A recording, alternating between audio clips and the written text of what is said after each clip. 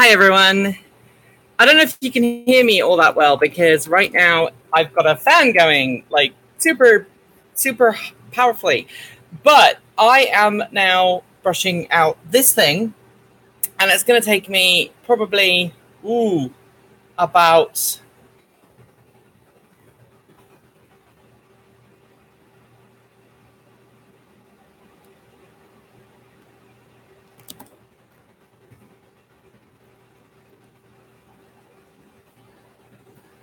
okay. Hello, everyone. So let me just grab my brush and then I'm just going to talk to you while I brush, basically. That's my morning. So I have to brush all this out. So if you've got any questions, hey, if you've got any questions about EVs, now's a great time to do it because you've got a captive audience for about probably the next hour, because it's going to take a while. Let me put this down on the floor for now, and I'll answer your questions as I brush, if that sounds like a smart thing to do. So if you have just got back from BLFC, which I know some of you would have done, please wash your suit. Just wash it. Just give it a wash. If you are a suitor, I mean, about 20% of the fandom are, but most people aren't. So I'm going back to work tomorrow. If you missed my live stream yesterday and you're watching this actually from Transport Evolved, you'll know that I'm going back to work tomorrow because today is all about doing all the laundry. So much you want to ask. Ask away, Jonathan. Just go for it. So for those who didn't know, I did a 631-mile drive yesterday. Hello. I did a 631-mile drive yesterday from Reno, Nevada, back to Portland. And I left at 6:30 in the morning. And I got to the house about 10:40 last night. So most of the day was spent on the road, which was pretty cool. The reason why it took a little longer than it should have done is because all of the charging stations I used were 20 kilowatt or 25 kilowatts. So they were charging at 20 kilowatts. That was their maximum charging speed. So yeah, it's pretty cool. So today, as I say, today is officially still my holiday. I'm going back to work tomorrow. I'll probably do some video editing this afternoon. And we'll go from there. It's sunny here in the UK. We're all melting. Really? That's not good because I'm coming in 2 weeks. I don't want to melt. Some of you have asked if I'm bringing this young lady with me. I think the answer is I will probably bring what we call a partial, which is just her head and a couple of other bits and bobs. But I don't think I'm going to bring the whole of her because it's just a hassle, especially when you're traveling internationally. I've done it before, but I'm really there to see family and to come to the Fully Charged Live. So that's really why I'm there. I'm also doing a convention shortly after I get back. So I am coming to Fully Charged Live, Jonathan. It's going to be fantastic. I'm doing a panel on the Sunday morning. I need to figure out somewhere to stay on Saturday, unless I drive back up and down every day from Norfolk. I don't know if I'm going to do that. We will have to see. But so far, so good.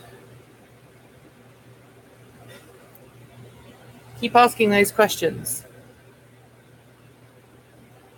Pop in and say hi with the Twizy. Oh, really? Oh, I miss my Twizy so much.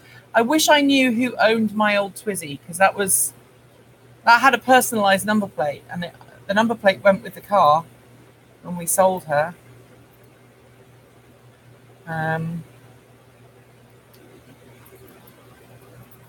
There, she's starting to look pretty dapper. Are there any tickets left? Yeah, absolutely. The Twizy that did Aberdeen to Leicestershire. Oh, lovely. Well, that's awesome. There we go. I love this brush so much. This is what we call a safari brush. It's designed for dogs. It works really well on really thick pile fur, which is what we're doing here. The challenge is to brush it before it all dries, which is not going to happen. And I'm starting at the bottom and working my way up. Not supposed to be any charging infrastructure at Silverstone, so you guys need to prepare for that. I'm afraid I might cop out, and I won't have an EV. I'll have a Nissan Leaf at the beginning of that week, but my rental will be over. My borrowing period will be over by the time Fully Charged Live happens, and then I'm flying back to America shortly after it's done. So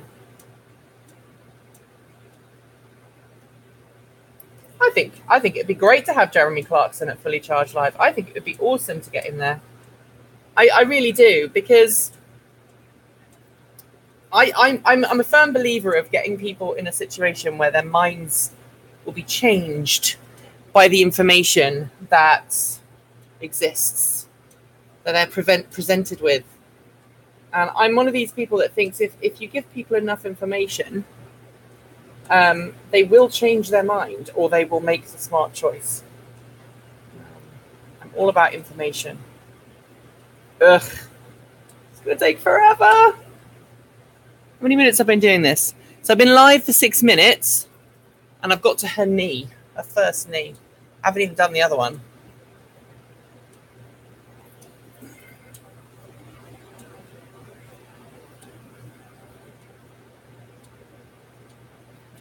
Keep asking them questions.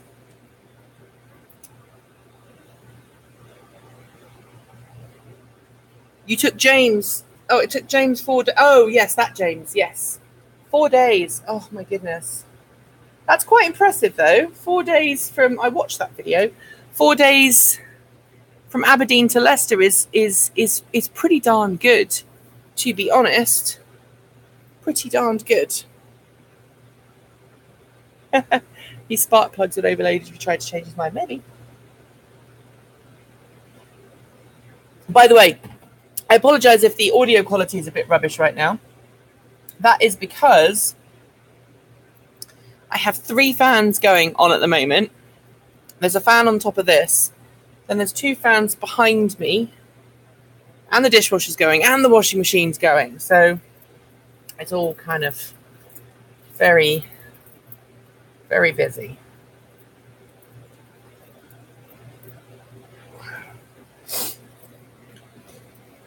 Do you think people can maintain their full attention in a semi-autonomous vehicle? Pull the other one. That's what I've been saying all along. And people have been...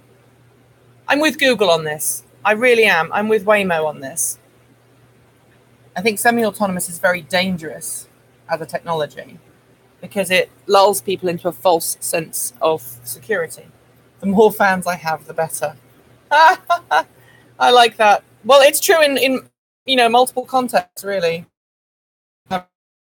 Right now, I need the cooling type, because I've got to dry a large amount of wet, clean but wet fur. Because I'm doing a hospital event on Thursday with a local group of charity freelance mascots, and so this thing needs to be dry and clean and presentable, and not like she's just got back from a convention in a casino. And while I didn't go into the casino while I was there, kind of the smoke gets everywhere. And when I took her out of her box this morning, that was the first thing that hit me. Ooh, she smells a bit smoky. Alrighty.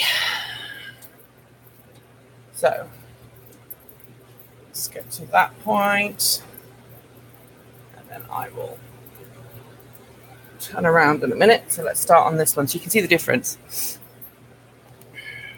This is, I can't really show you very well. It's not very clear, but this leg has been brushed and this leg hasn't. So I've got to now brush that leg. All right, it will get worse as the weather gets warmer in Southern California. I've been ride sharing in my Leaf. I end up burning a lot of miles and consequently charging 2 to 3 times in one day. Ooh. Catch you again. Have a good evening or day or whatever. So the experience of driving the Bolt long distance was really quite pleasant. Being able to do 200 miles at a time was just really pleasant. I can't imagine making that trip in the Leaf.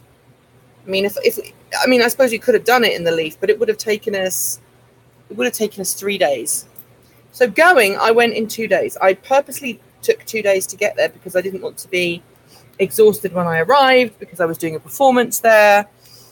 But coming back, I just wanted to get home. So I left at 6:30. I left Reno at 6:30. I was ready to leave at about 5:30, but the bellhop took about half an hour to get there because everybody was leaving. So that's the challenge. I stopped just over the border in California to get some breakfast after exiting Nevada. And then I just carried on driving. I think it was called the Lassen Forest, cut down to Redding, which is just about 200 miles from the hotel. I stopped in Redding. I was going to use the 50 kilowatt DC quick charger there, but it was broken. So I ended up using a 20 kilowatt or 24 kilowatt charger to get like 20 minutes worth of charge. And then I hit the I-5 and I stopped at the Yaks restaurant, just north of or just south of Mount Shasta for a long charge. And I was there for about 2 hours charging, and I grabbed some food. I wasn't really hungry, but I did grab some food anyway. Unfortunately, didn't get to eat it because I just couldn't finish it off. But it was a very nice place. They're very friendly. They gave me a free sample of their sticky buns, which I can very much recommend if you happen to stop and charge there. They are only open from 11:30 though, so if you are going, make sure that you stop when they're open. So I charged, and that's where I did my hangout on the main channel yesterday. After that, I was able to just straight up shot to the Seven Feathers RV Park, or Seven Feathers rest stop in Oregon, which is about 99 miles north of the California border.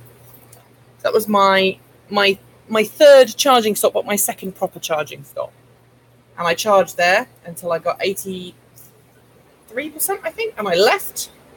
I then carried on driving, and I needed to stop to use the restroom around Cottage Grove. So I decided to stop at Cottage Grove, and I grabbed like 10-15 minutes of charge while I nipped in, grabbed a drink, and then hit the road again. And I got home last night about 10:40. So it was really a very good trip. In total, it was 601 miles, and I think I used about 150 kilowatt hours of electricity. So I can't really complain. Obviously, if you did that in the Leaf, it would take you a really long time. I have been trying to watch my reliance on ProPilot, but those driver assist features are pretty addictive, trying to avoid getting complacent. And I think that's the challenge. And I talked about that yesterday. Trying not to get complacent about these advanced driver assistance features is really difficult. It really is very, very, very difficult. Got a knot. Okay, my girl.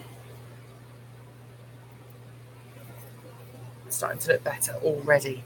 I haven't even started on my clothes yet, washing my clothes. That's next. My bag is in the wash at the moment because that got a bit mucky and icky on the road. Just got smelly from the casino, and it needed doing anyway. So I was like, I'll put that in next. This little one's padding is currently in the dryer. So when they're done, then I can actually start doing proper washing. And then this afternoon, hopefully, if I have chance, I'll make a start on the scoot video. Which will be my next challenge. Come on. Ugh. So much hard work.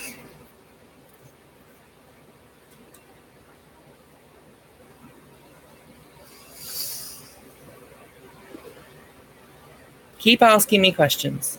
What will the factor will the Tesla Semi play in becoming profitable or not? And do you see any competition for it? I do see competition for it. And I think Tesla, look, I think the majority of Tesla's success, I think, will come from energy rather than transportation. But I think the Tesla Semi will be seen as a very good vehicle. The challenge for Tesla and that vehicle is reliability. You know, we already know from previous Tesla vehicles that making sure you build something that just works and is rock solid. Tesla's getting better at it, but I think, you know, if you're driving a vehicle for business, you either are the business owner or you're the owner operator. You're going to have to. By the way, can you all hear me above the fans? I can speak a bit louder if I need to. I think for Tesla, you know, making those semis are going to have to be super reliable in order for Tesla to really make a big difference in the haulage market. It also has to really work hard on packages, I think. And I do think that Nikola Motors, sorry. Nikola Tesla's dead. I think Nikola Motors has a chance. And it seems, I mean, I was really disappointed by some of the comments last week, people, you know, talking about the Tesla patent claim against Tesla by Nikola. I'm not sure that it will be successful. I don't think it seems a bit weird that Nikola's taken so long to take that action. But c'est la vie. I don't think it will be successful, but I also think that it did have that design before Tesla had the design. So, I mean, it's a classic example of I think Tesla fanboys jumping on and jumping to Tesla's defense, even though I think Tesla had the design second. So I don't know, but I think Tesla will have some competition from mainstream truck makers as well.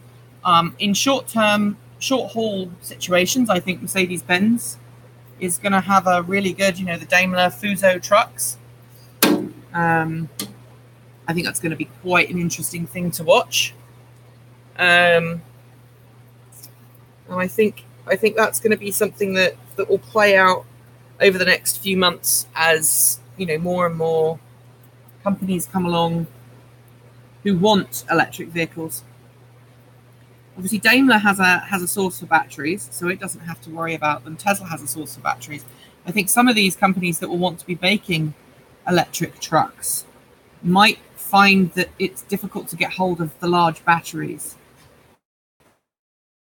Solid state technology, because I think solid state technology in trucks could be absolutely awesome. I think we might see solid state in trucks before we see it in consumer vehicles.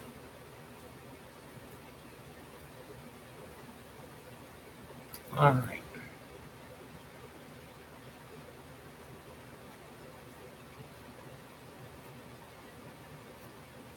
Okay.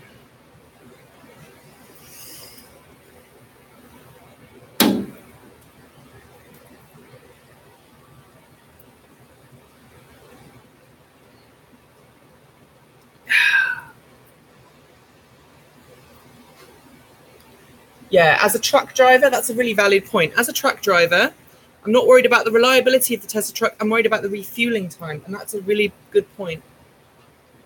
How much shedding on the floor? Not a lot. If I was using a slicker brush, so this is how much fluff I have right now. If I was using a slicker brush, it would be like 10 times that amount. So if I was using a slicker brush, I would be a lot further up the bodysuit than I currently am. But as it stands right now, I mean, the legs are fairly easy to do. So the crotch is always horrible because it gets terribly matted, because obviously your legs are moving when you're walking. And she's actually got a bald spot that I've managed to wear from basically the legs rubbing together. So that's got to get repaired before my next big appearance with her. She really did need a wash. She was I was on stage on Sunday night, and because I had a microphone, because I was singing in the closing ceremonies, because I had a microphone in my head, or her head, I couldn't take her head off. And so I basically sat there and cooked, or stood there and cooked backstage for about 4 hours, which was not pleasant. And then I had an incident with security on the way back to my room, which wasn't particularly pleasant either. All right. Is there anyone creating a level 4 autonomous vehicle semi? They do exist already. Forgotten the name of them. It's on the tip of my tongue. I did a feature on them at CES, and actually that's the last day at CES. It's the last thing I'm going to be doing, but it was a petrol vehicle, or a diesel vehicle, obviously.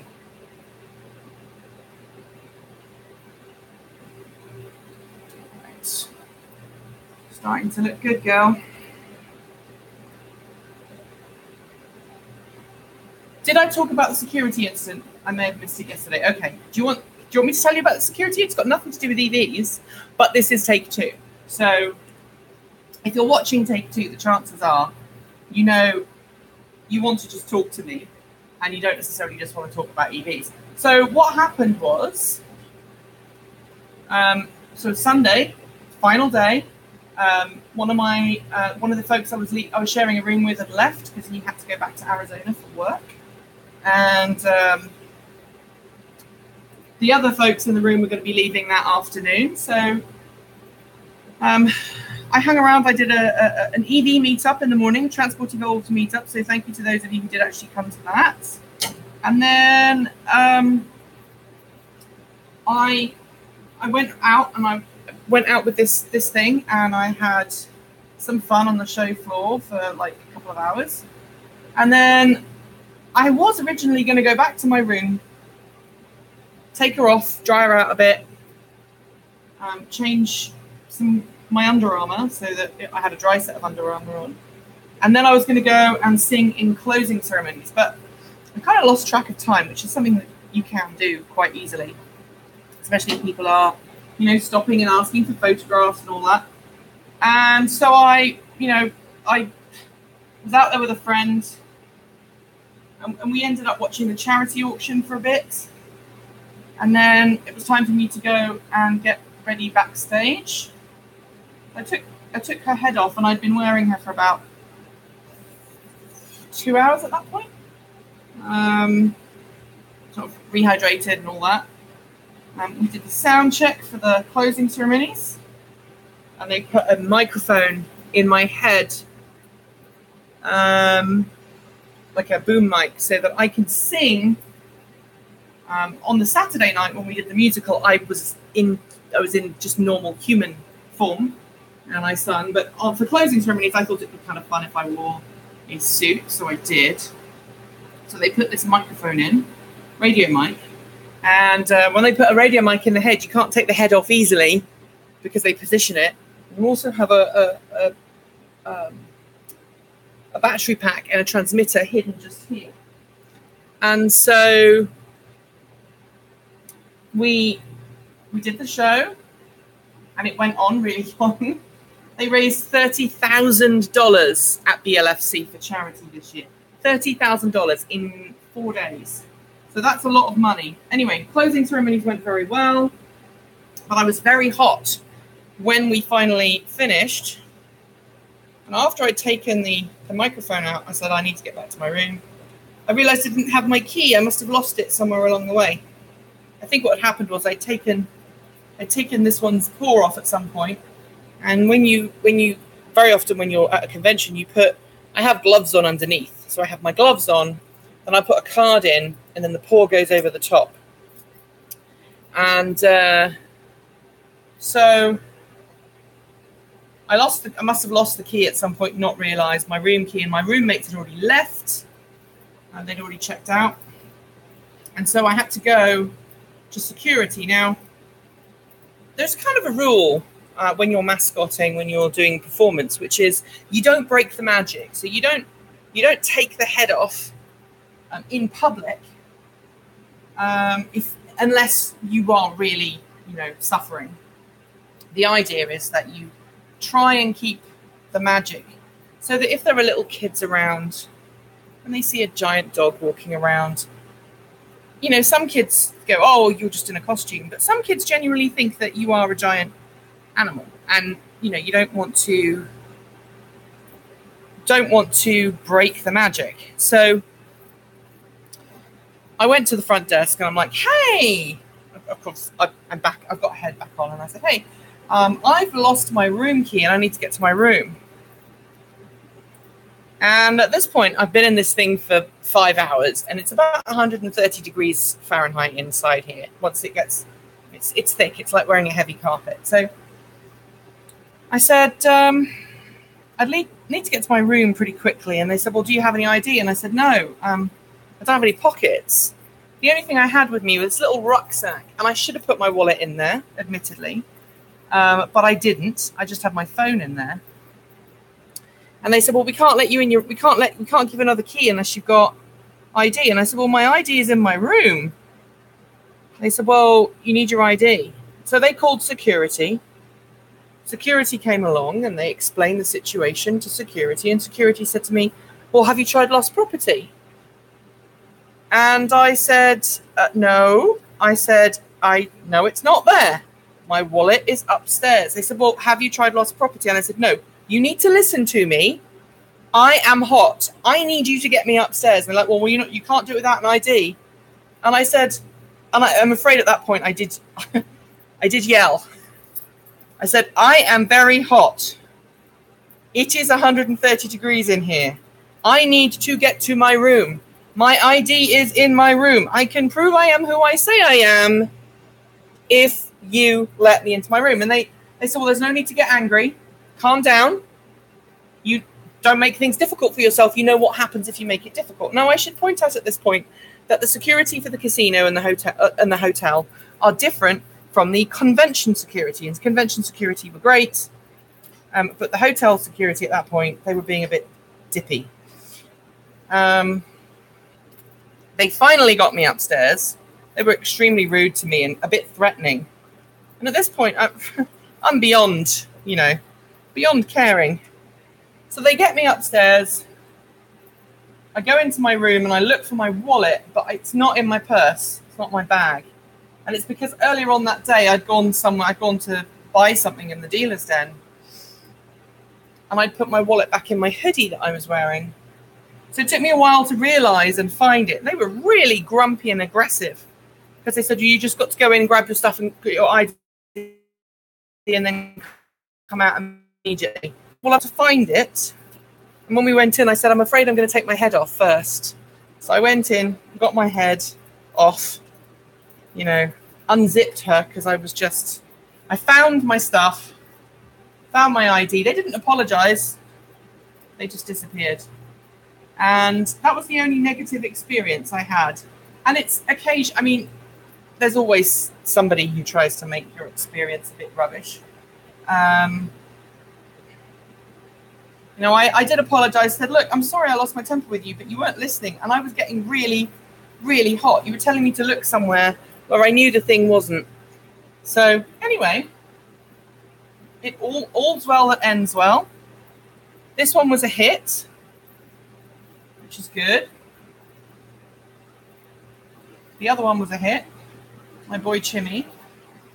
He didn't get worn as much. I wore him quite a bit. He was a Jedi for the weekend, which was kind of fun. But and my girl's glasses were also a hit.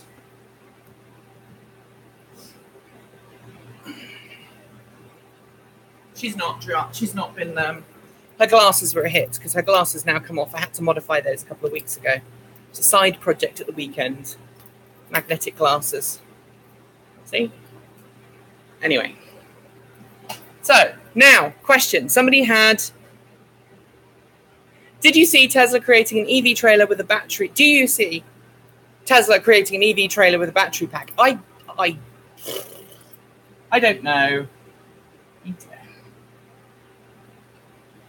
No. I think no. Because no, I don't think Tesla will. Unless we're talking about the Semi, in which case, maybe. Maybe.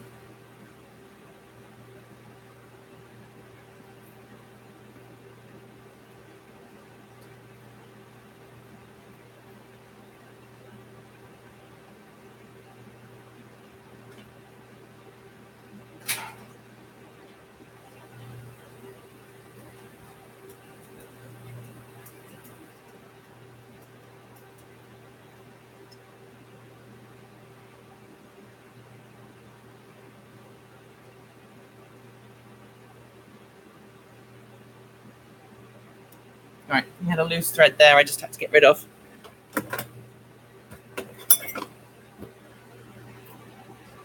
No, I mean, for the Semi, maybe. But then the challenge is then you have to get the trailers. The trailers are expensive as it starts with. And the whole reason why lorries, trucks, semis have separate trailers is so that you can just switch them out really easily. And I understand, obviously, having a battery in the trailer means that you can charge the trailer up and reduce the downtime. But at the same point, it also increases the cost of those trailers significantly. And the challenge with that is then you're putting these trailers, you need to put batteries in every single trailer. And that would increase the weight of the trailer, especially if it was being driven by a non-EV. I mean, I don't think it would happen. I really don't think it would happen. All right. I apologize for what I'm about to do. I'm going to come back down here. I have to do the bit that I don't like doing. It's all matted in here. Oh my goodness, you're going bald, girl. All right.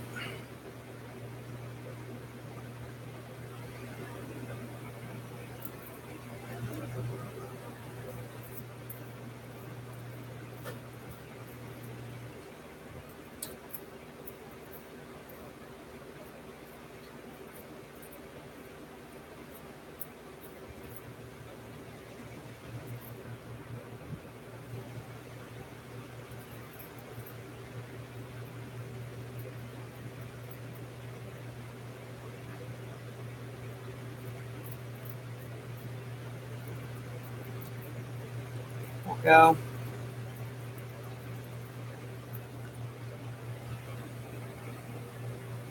Yeah, exactly. It's a trade-off between weight and everything else. You really are getting bald back here. You're going to need to be fixed before AC, I think. She's due to get some modification in the next couple of weeks. She's going to get some modification to her padding, and she also needs to get this few panels replaced because they've just the backing on the fabric has disappeared, and it means that the fibers are just falling out. So I need to get that fixed. So that's my next task. I just hope that her maker is going to have some time to do it.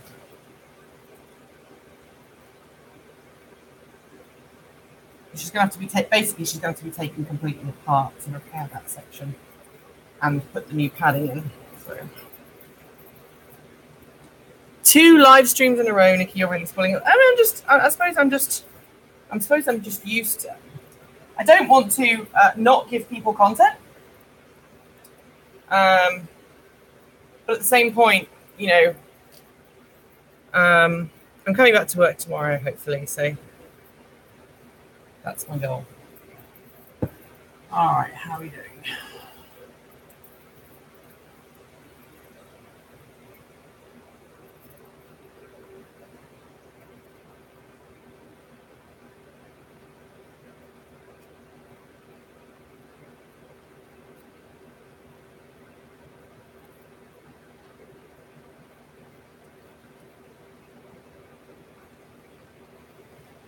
All right, got to flip this girl around.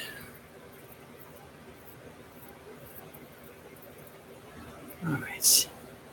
The Nissan ENV200 is a bit useless. Why is that? Tell me why that is. Because I think it's a stunkingly good vehicle. I've driven one, and I loved it. I wanted one. If I wasn't planning on moving to the States, I mean, I drove it just before I moved to the States. And if I hadn't been planning on moving to the States, I think I probably would have got one. Maybe to replace my Leaf. Okay.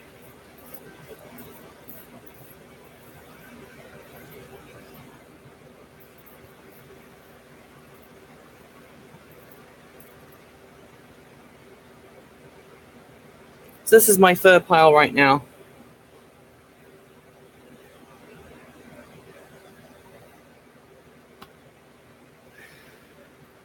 Yes, but the 40 kilowatts coming out soon, or in fact, has come out, right? Which makes a big difference. Oh my goodness, your butt is so messed up. Things you don't hear normally during a Transport Evolved live stream. Oh my goodness, your butt is so messed up.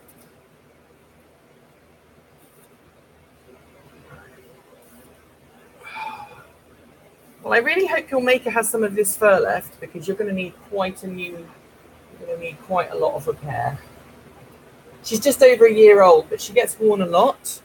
And unfortunately, my character, both of the characters I have two characters that I play with this outfit, and both of them are quite energetic. And especially when I'm doing like charity stuff in public for whatnot. This is right.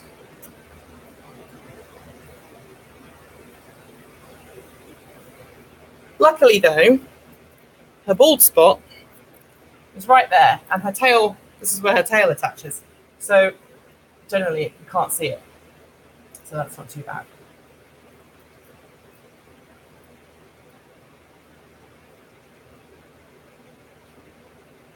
There we go.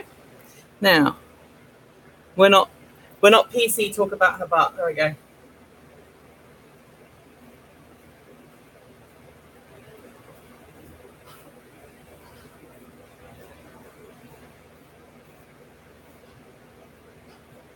She's also what we call a drop crutch, which means that her bottom is actually far lower than my bottom. So I do. I normally have in fact, it's over there. I have a backpack in that I can use. The problem is it makes me look a little bit like the Hunchback of Notre Dame. So I only use it when I'm in a position where I can wear a backpack or something to hide it. In a convention setting, I don't normally bother because with the microphone in there.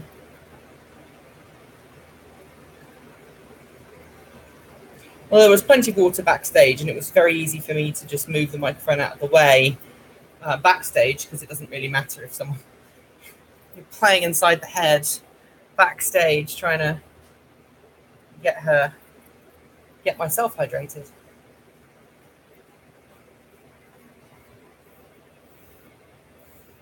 Yeah, the bulge, I mean, it comes here. All right, it's starting to look good now. So obviously, she comes out of the washing machine completely.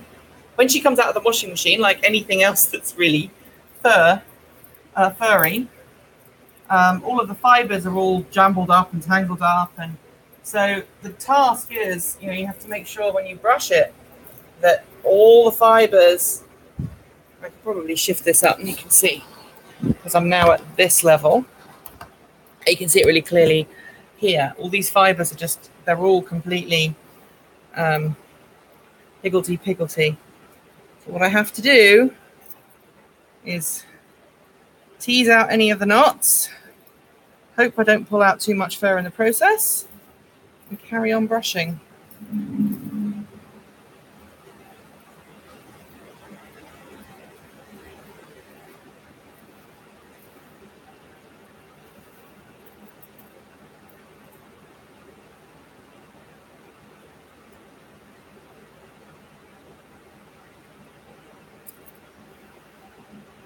Bless her little cotton socks. So, more questions. Ask me more questions. So, yeah, I like the EMV 200. I mean, I think it's great as a family minivan, although minivans are kind of going out of fashion.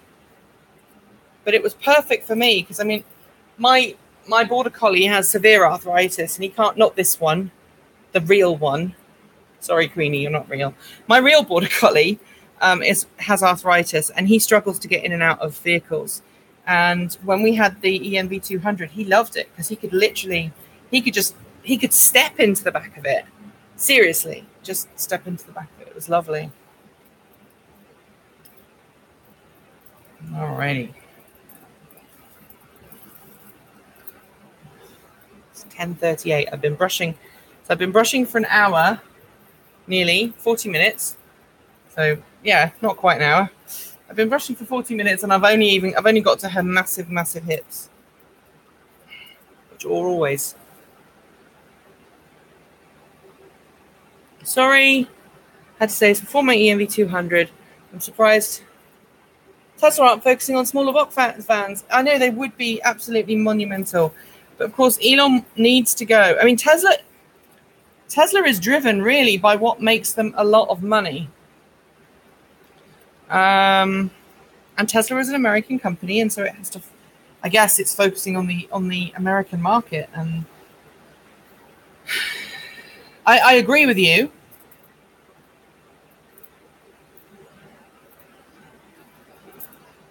I really do. But you also have to think about Tesla's bigger picture. I mean, Elon wants people to use Hyperloop for cargo, for long distance cargo. And then if you use Tesla semis and smaller EVs to do the final delivery, that would work really well. All right, girl. I'm getting there.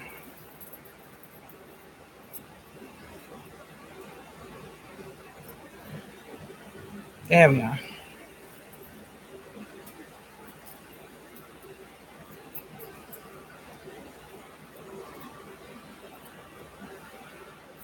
I often wonder what my neighbours think when they see this giant fluffy thing hanging in the window and me standing here brushing it.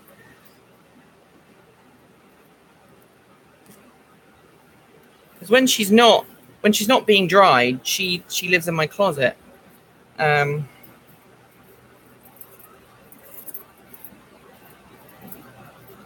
I can just imagine people looking out the window and seeing this pile of fluff. Thanks for yesterday's comment about key fob security. Yeah, I mean, it's a challenge. And obviously the security world is working hard to fix it. Tesla has security experts. You know, just like every other company out there has security experts. And their job is to obviously make sure that everything is secure. They probably think it's just some weird British woman. Yeah, probably. I mean, I'm happy with that. I can do that. Girl, your hips are huge. Did anyone ever tell you that your hips are huge? She has a 46-inch hips. She has 46-inch hips, which is monumental compared to my actual hips are much, much smaller. It's kind of funny because I forget sometimes that her hips are so wide, and I'll be doing something. I'll walk through I'll walk through somewhere or whatnot, and I end up hitting or knocking into something. I only know a couple of other people who have hips this wide. There's one guy who lives actually locally, well, up in Seattle, he's like me, he does a lot of charity stuff. And his character has massive hips as well.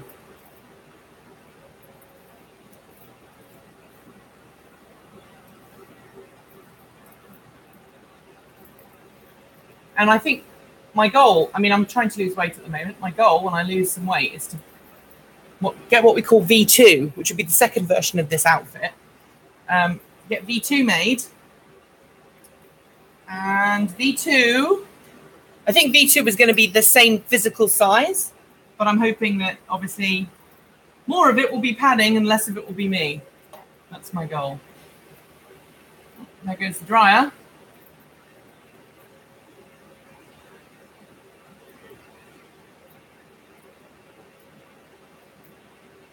Which means your padding is done. So the padding is made up of little pillows that goes in, which makes it easier from when I'm washing her. It's a bit of a pain when you're trying to brush the shape because this is so flabby and it's not filled out by anything at the moment. Alrighty. All right, you're starting to look really good at the back. So let us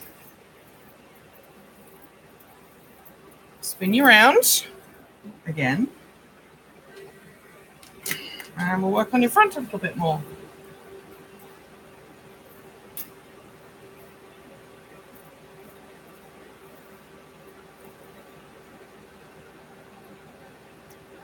Have I ever heard of a leaf that's been severely hacked? No, I haven't, honestly. Is the fur? No, it's not. It's synthetic. It's synthetic. It's the same stuff. It's the same stuff that you make carpets out of, or teddy bears, or in fact, all of this fur comes from a place in the UK. This particular character, and it was just serendipity. I mean, it doesn't have to come from that place, but this particular suit, all of the fur comes from England. So she is actually properly English, although she was made in America. And we were looking for the different colors that we were working, because obviously you look at the design of the character and then you try and match fabric that goes with the character's markings. And her maker just found a site in the UK that was selling just the right kind of material, and she ordered the fur, and there we went, which is why I hope she still got some of it, because we're going to have to replace some panels. And I'm going to help her do that. It's got to be done before the July 4th weekend, because I'm going to a convention in Pittsburgh that weekend. And I'm doing some workshops on performance. So I need to make sure that she's looking absolutely fantastic, because otherwise she won't look very nice. Right.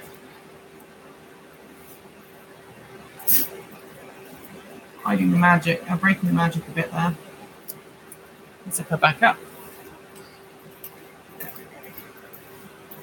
Yeah, and it's funny because Peter and a couple of other groups have actually attacked a couple of conventions, you know, and you go, well, it's not animal fur, it's fake fur. And they go, yeah, but you're encouraging the use of fur or something. And that was kind of a little bizarre, it must be said. Okay. Now, this is the other horrible bit. Now, more questions? Do you think there will be No, there isn't. No. Because you know, there are people who have real tails, but they're generally tails from animals that have been hunted. But no, nobody wants real, because it would be incredibly difficult to look after. If you're a performer, and an important thing here is, if you're talking about the furry world, the furry fandom, about 20% own one of these. Most people don't. So that's really it. About 20% have these. I'm in it for the performance, period. That's my most important that's the thing I get the most out of. You know, having the acting going on stage. And actually at the convention, I had another person who was a professional voiceover actor tell me, you need to get into voiceover work. So I'm going to submit a demo reel at some point. Maybe see if I can do that alongside Transport Evolved. Now, someone asked you about three-phase power.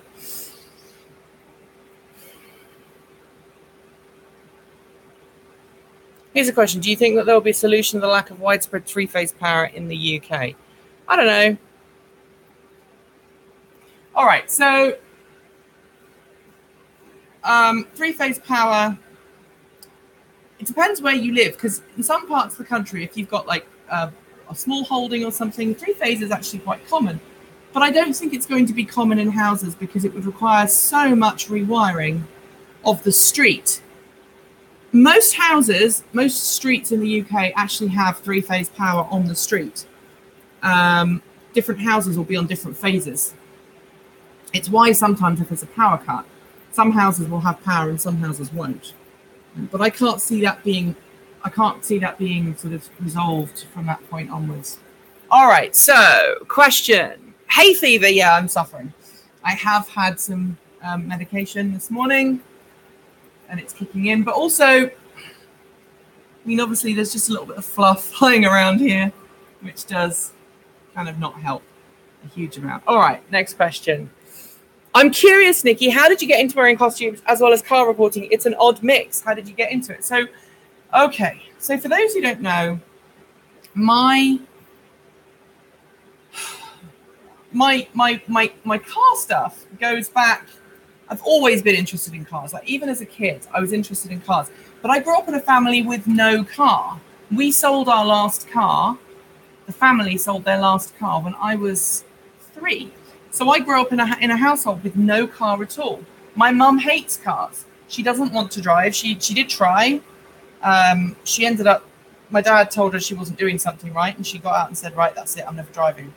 And she's not driven ever since. I mean, and that was like 50 years ago. So I grew up in a carless family. I was always interested in cars. And cars, I loved the noise they made. And my first love was a Morris Minor, because when they went down the road past me, because we used to walk everywhere, I used to love the little fart they made as they changed gear, the blowback noise. So I maintained that when I was older, I was going to get a Morris Minor, and that's effectively what I ended up doing. When I was 23, I think I got my first Morris Minor. It wasn't my first car, because my first car came with my job. My first job, I got a car with my job. And actually, I got the job before I learned to drive. But electric cars have always been an interest for me. Way back when I was a kid in the early 1980s, I saw a magazine with a picture of an Enfield electric in it. The book was called The Tree of Knowledge. And I thought that was really cool because it was electric. And I liked electricity because I knew that, because I had toys that were electric. I understood that. And so I got into it at that point. EVs were like cool. And kind of it sparked the seed in my mind. Fast forward to 1989. No, 1990. And the land that my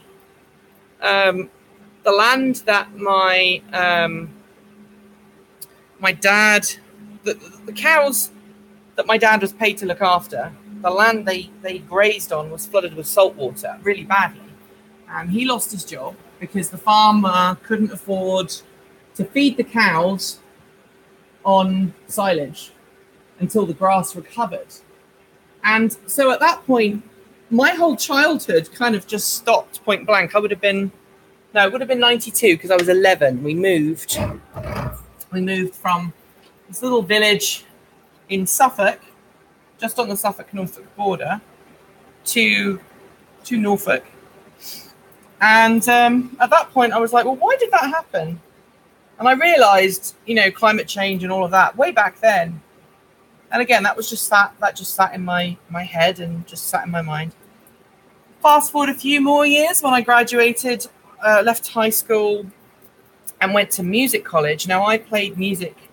I was an obsessive music player all the way through my youth, and I played to a very, very high standard on the oboe, the piano, and the organ, and I sang a bit as well. And I ended up going to music college in London. I went to the Guildhall School of Music and Drama. And that would have been the late 90s, early noughties. So I graduated from music college in 2002. I left high school in 98. And it was when I was at music college that I really kind of got into cosplaying and whatnot. And I discovered the furry world.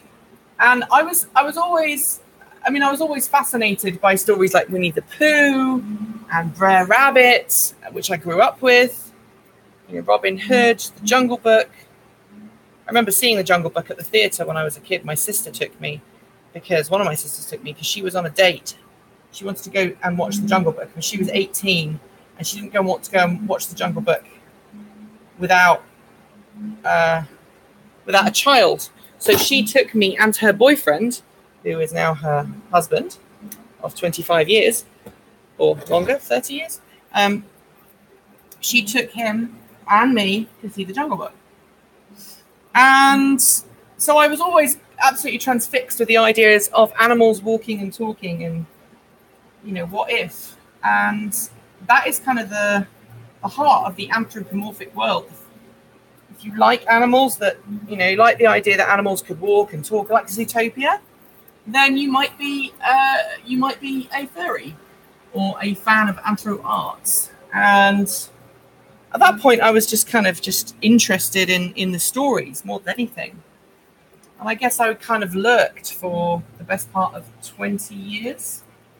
And then that was it at that point. Now, I've been cosplaying since I was at university.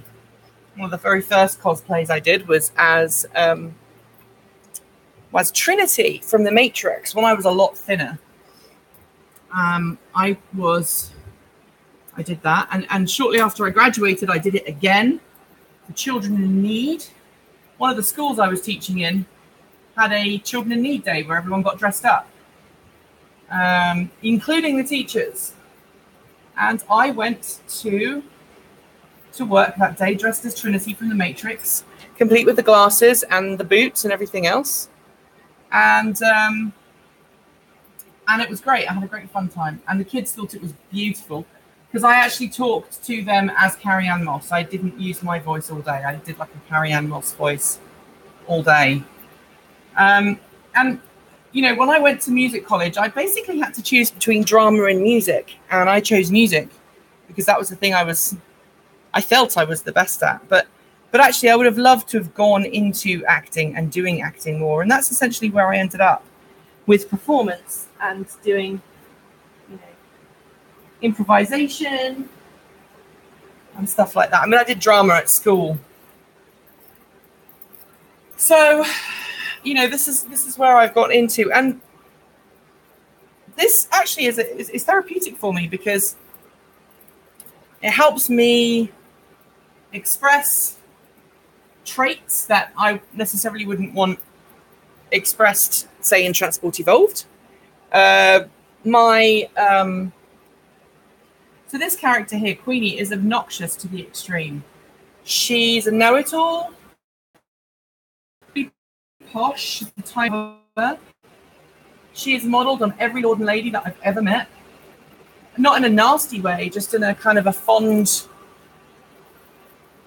look at how the posh people behave sort of way. And she's actually as common as muck, but she's kind of like Hyacinth Bouquet, really. She's a Hyacinth Bouquet. If you are a Brit and you're watching this, you'll know exactly what I mean. If you're not, and you're American and you're watching this, go and look up Keeping Up Appearances, and you'll see where this character is modelled on. Alrighty. How are you looking, girl? Starting to look much better. I might get a dryer sheet in a minute and wipe her down. She's got static already. So that is effectively the origin of me getting into costume performing. I've done quite a bit over the years, cosplaying, steampunk, etc., etc. Yeah, she's very much a Hyacinth Bouquet. She's immortal. She was killed. So her master, she used to be just a regular dog. And her master, who was a guy called Lord Tolo, obviously this is all fiction, a guy called Lord Tolo, who was really stupid. Tolo is Portuguese for fool.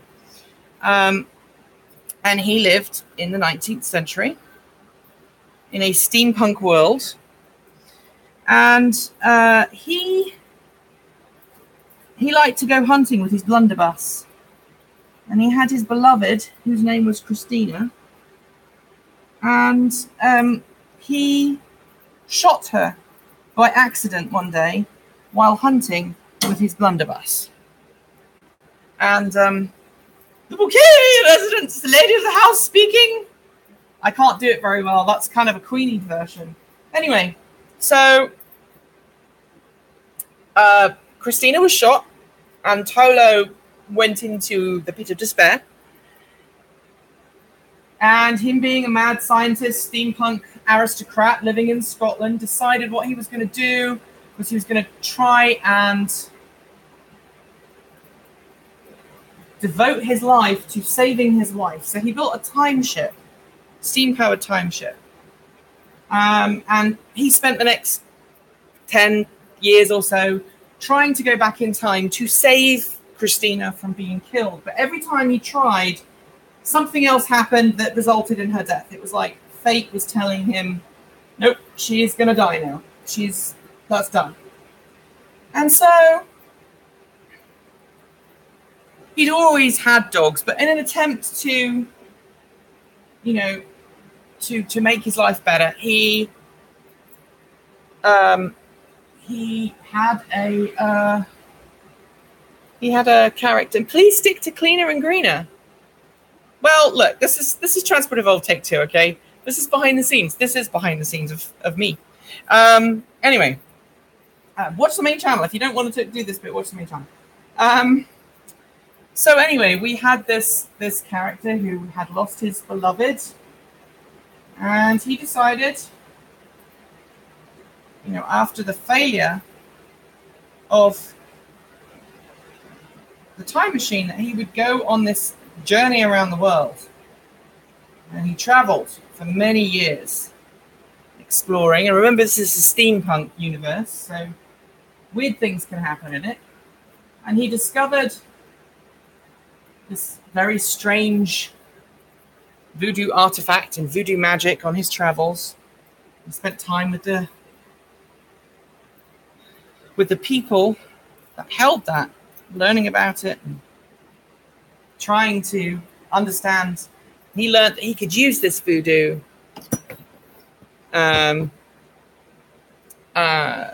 she could use this voodoo to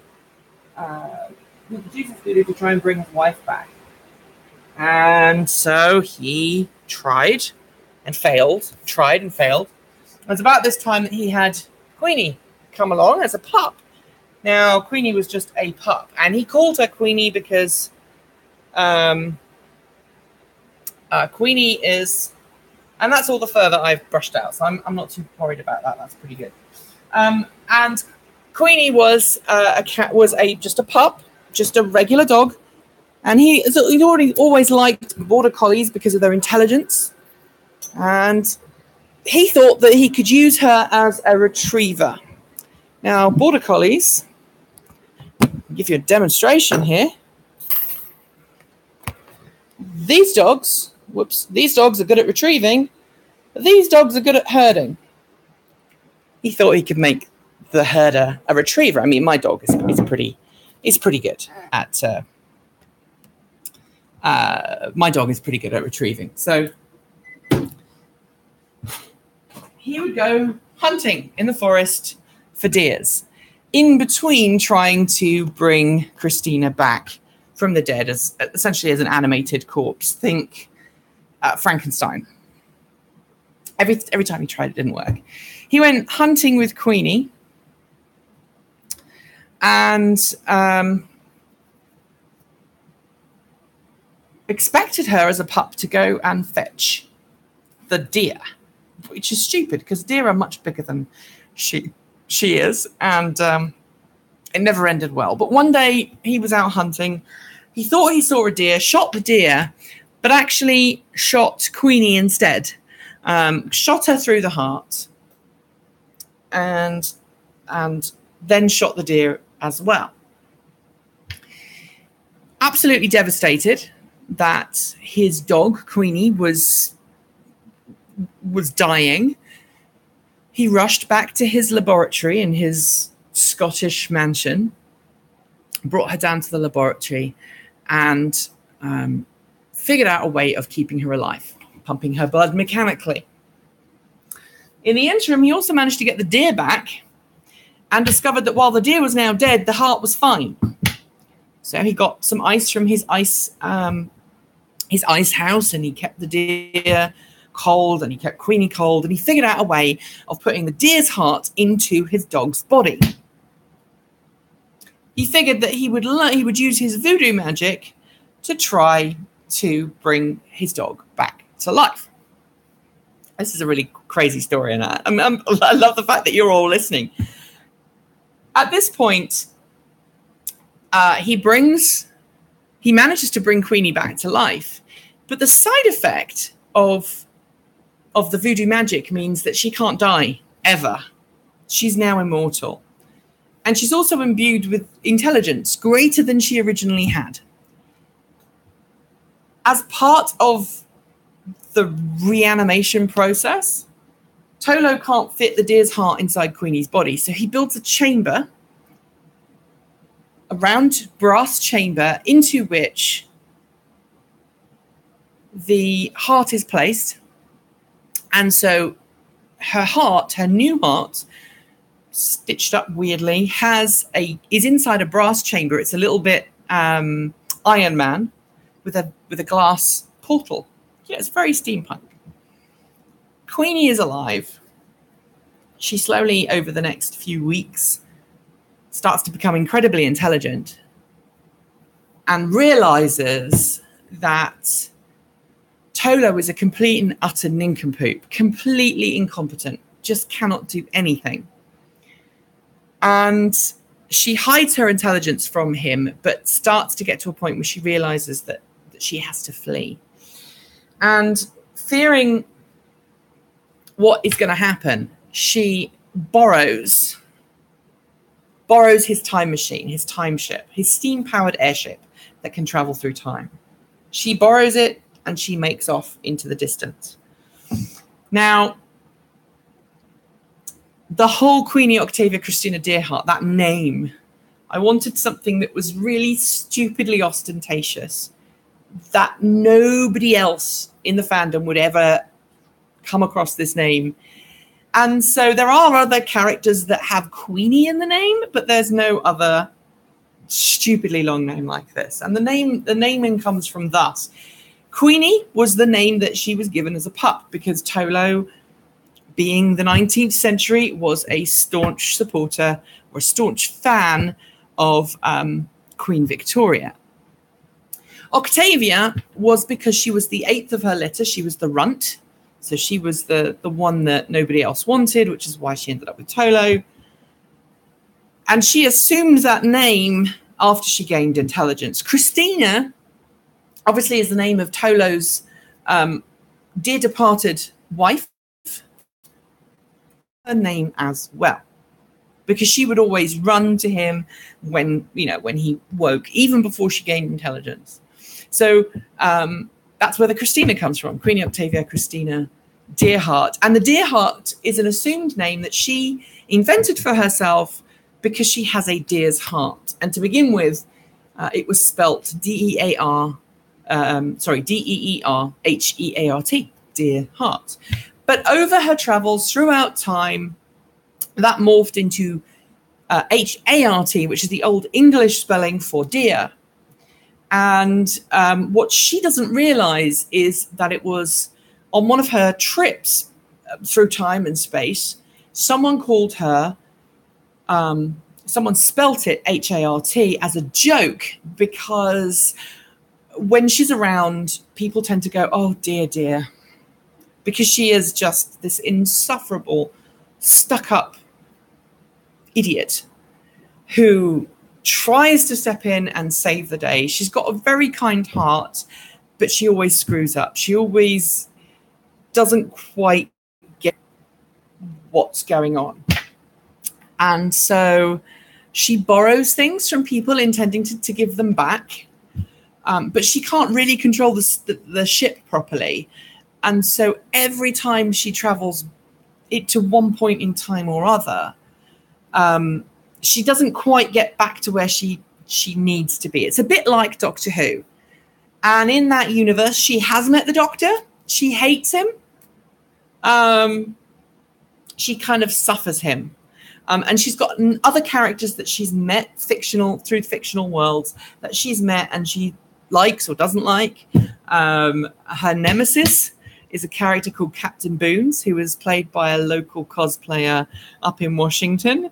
And he is also a steampunk, so we kind of play off each other. And we've done some videos recently in which my character has basically dissed him and he's dissed me back. So at some point I need to make another video when I've got time. She needs to make another video dissing him and helping drum up interest for a local convention that we're both headlining at in the autumn. So that is the long and the short of that. Oh, and she also has another character. The side effect of the voodoo magic is that Queenie's effectively developed this split personality that nobody knows why. It just happened. She'll be walking around, she'll be having a great time, and suddenly she'll get this sharp headache. And she'll say, "Oh my goodness, oh no, oh my head, oh no." She'll collapse on the floor. And then seconds later, a character will jump up from the ground and she will be, "Hi, my name's Chrissy, how are you?" This really very childish super saccharine Disney princess type character that was pulled out of the ether because I needed another character to portray when I do visits in children's hospitals, because turning up in American children's hospitals, especially in some hospitals where the children don't speak English all that well, with a very posh British accent really doesn't work. So I pulled this other character out of the ether for a hospital visit, and then a couple of months after that I was like, I could interweave this character into the storyline to give me some extra fun to have at conventions. So that is the Queenie Chrissy story from start to finish. That's got nothing to do with EVs, but you've talked to me while I've brushed my suit. I'm gonna answer the questions. When you do hospital visits, do the kids like to touch the fursuits, or are they too shy? A lot of kids love to touch the paws. And most of us who are in this local performance group, most of us will do in-character talking. And so sometimes they want to give a hug. Most of the time, though, it's just high fives and photos. So the parents will get us around the bed and we'll pose for photos. So there we go. Are you just doing a flying visit to Silverstone? Are you up to anything else while in the UK? So I'm going to be visiting my mum, who is in Norfolk. I'm going to be visiting both my sisters. One of them is in East Anglia. One of them is in Nottinghamshire. Hopefully, if they're still, my eldest sister is terminally ill, so she's in her final. Yeah. So hopefully, if she is still with us, and I hope she is, then I will go see her. And my other sister is going through chemotherapy right now. So I'll spend some time with her, spend some time with my mum. I'm hoping to get to see the Tesla estate station wagon. So I'm lining that up because they happen to be in Norfolk, and I'm going to be in Norfolk for most of the time I'm in the UK. I will be in the UK for just under 2 weeks, and then I'll be heading back to the United States. I will have a dog that won't talk to me when I get back. And so the next month or two is going to be a little bit weird in terms of content. To go through there. Yeah, I'm landing at Heathrow, and I've got a car for the first half of the week, and I'm lining up a second one for the second half of the week, which is one of the jobs I need to do today. I'm talking to people when you're a long way away. Fully Charged live. Yeah, come say hi. Not a problem at all. I will come and say live. I've had several people, and I say several, like 24 people reached out to me and go, "So are you going to bring one of your characters? You're going to bring Queenie? You're going to bring Chimmy to Fully Charged Live?" And I think the answer is no. These heads of cabbages are quite big, and they kind of get in the way. Bless him. And so if I do bring, I mean, you can see how big that is. That's without padding, and the tail is over there drying. The padding's in the dryer. So I might bring what we call a partial, which is just her head and her paws and her tail. But I won't bring it to fully charged live. I might just put it in the boot of the car, and if there's anybody who really wants to meet her, then maybe we can sort something out at the end of the day or something. I don't know. But no, I'm going to Silverstone to do Silverstone stuff, to do FCL. Have I found a low-cost EV rental place? I'm getting press cars. That's what I generally do. I've heard it's really warm in the UK at the moment, so we'll have to wait and see. So that's it. I'm now going to go and do the proper washing, because I've got all of the what we call all of the Under Armour and stuff. You wear like a full like athletic Under Armour underneath that to stop the sweat from you getting into that, because that's gross. So I've got to go and wash that now. And then I'll do some editing on the Scoot video, which I'll push out. And then we'll go from there. And it's nearly lunchtime as well. And I've now got 400 emails to go through. 400 emails. Ugh. 400 emails. So I'm going to go now. Thanks for watching. Thanks for joining me. Thanks for having fun.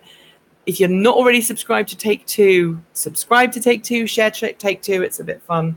And the main channel will be back up with some more stuff later on in the week. Take care.